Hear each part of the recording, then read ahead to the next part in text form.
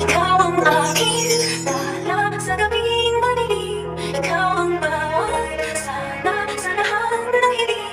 Sagot sa aking Mga kamay ko sa posas na to, mas mabigat pang sampaling bibigay ko sa'yo! Narito na nga ang ating pagkaabangan ngayong Martes sa Abot Kamay na Pangarap.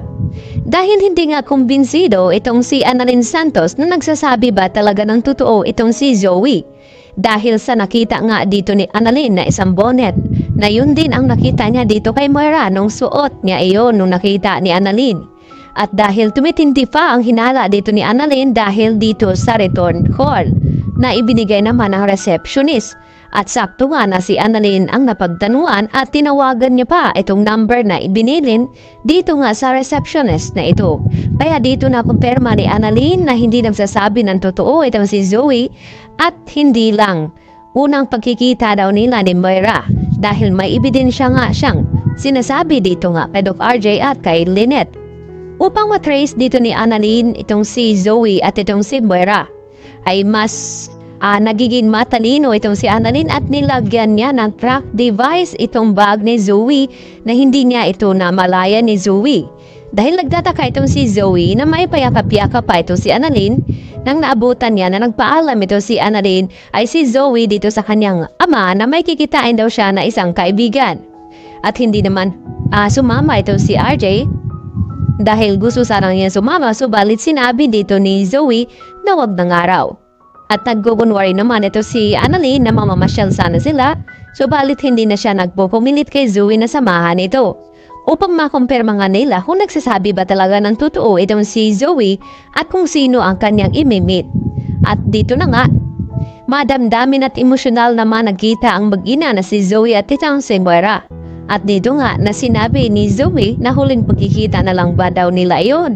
At ano daw mangyayari pagkatapos dito at dito naman na sinabi ni Moira na ginagawa daw niya ang lahat alang-alang dito kay Zoe at hindi pa daw ito ang huling nilang pagkikita.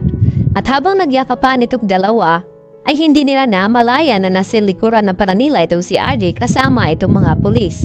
At dito nga nagulat na hosto itong si Zoe dahil sa nahuli na nga itong si Moira. At wala na nga itong takas dahil timbog na nga ng mga kapulisan at inuwi dito kasama itong si RJ itong si Moira. At pagkadating naman sa airport, dito rin na sinalobong ni Giselle itong si Moira na nakapusas kasama ng mga kapulisan. At dito nabigyan ni Giselle na malakas na sampal itong si Moira. At hindi naman nagpapatalo itong si Moira ay matapang pa rin ito na sumagot kay Giselle.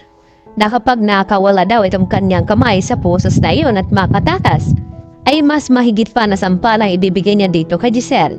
Kaya nagbabanta nga itong si Moira na hindi pa iyon ang huli nilang pagkikita ni Giselle.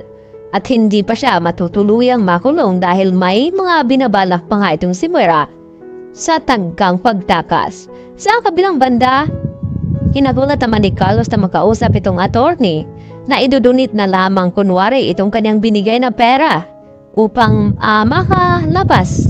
At makatakas din itong si Dax na binigyan niya man ng matibay na abogado. At ito nga na nagtumulit itong si Giselle na puntahan itong lawyer na ito. At dito mapang-abot itong dalawa na si Carlos at Giselle na siya pala ang tumutulong dito kay Dax upang maabiswelto sa pagiging witness dito nga kay Moira. At dito na rin nagulat itong si Carlos na nalaman na nahuli din itong si Moira at sayang din ang tulong na ibinigay niya dito dahil mas magaling pa rin itong tadhana at ang karma na kumilos upang mapagbayaran lahat-lahat ni Moira ang kanyang mga kasalanan.